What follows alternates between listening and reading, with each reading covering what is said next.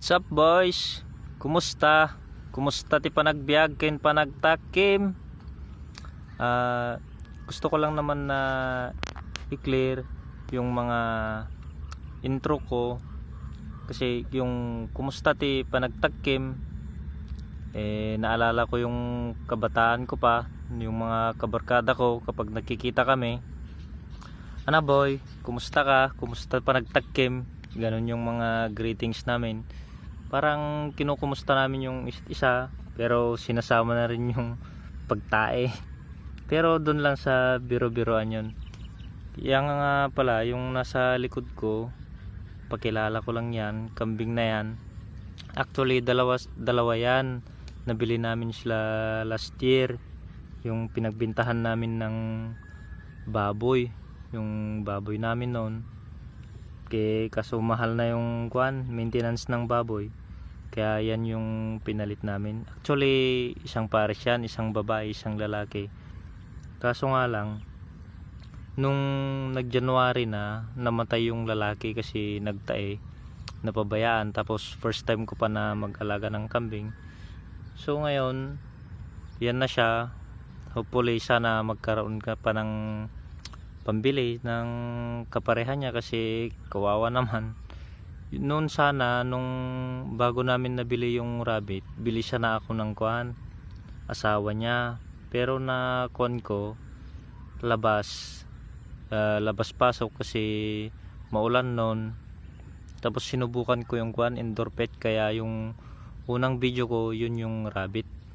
Actually, nabili namin siya nung February noon eh. Tapos yun, ito na ngayon yung kambing namin. Hopefully sana kahit hindi makabili ng asawa niya o kaya man lang, maipadakay man lang natin sa ibang kambing, ibang lahi.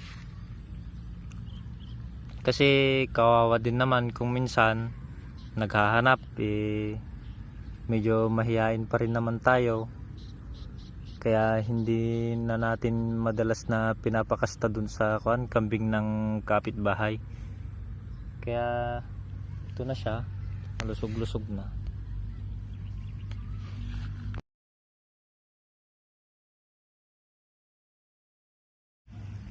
Bale yan na siya guys. Actually, kaya ako naengganyo sa pagkakambing sana. Kasi nung may nagtrabaho ako dun sa isang farm, naengganyo ako dun sa madami niyang kambing. Halos everyday madaming kumukuha sa kanya araw-araw.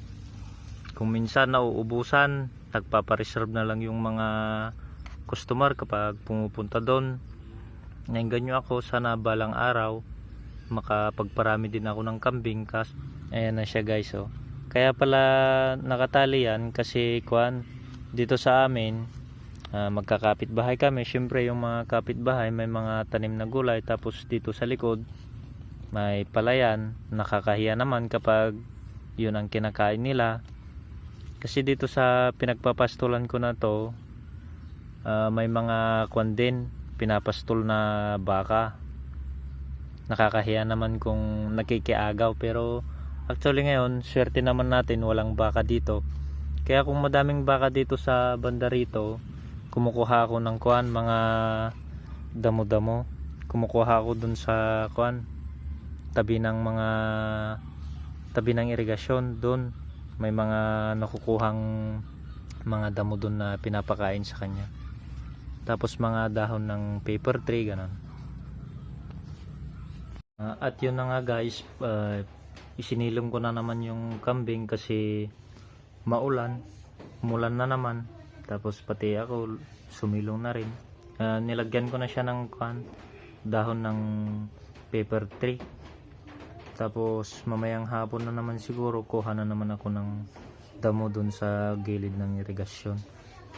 So sana naman nagustuhan nyo tong video na to. Huwag nyong kalilimutang i-like, share, and subscribe. Tapos comment down below. Salamat po sa panonood.